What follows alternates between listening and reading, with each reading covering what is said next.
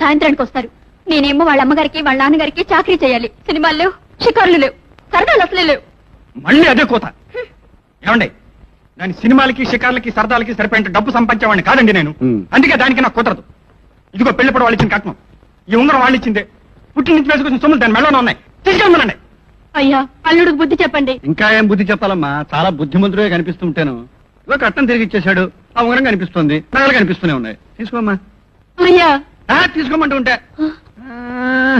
చాలా good bye అయ్యా నువ్వు. నీ పేరేంటయ్యా? వెంకట్రావు అండి. ఆహా, వెంకట్రావు, నీ పెళ్ళం పుట్టింటి నుంచి వచ్చినప్పుడు తీసుకొచ్చినవన్నీ లెక్క ప్రకారం ఇచ్చేసావయ్యా? ఇచ్చేసానండి, అది తెచ్చింది అంతే. ఒక్కటి మాత్రం మర్చిపోయావయ్యా? అబ్బాయి ఏం లేదండి. నీ పెళ్ళం కట్నంతో పాటు కన్నెతనం కూడా తీసుకొచ్చింది, ఆ విషయం మర్చిపోయావా? ఇప్పుడు ఇచ్చేయి. ఏంటి, ఇస్తే ఆనందంగా వెళ్ళిపోతుంది, మళ్ళీ పెళ్లి చేసుకుంటుంది.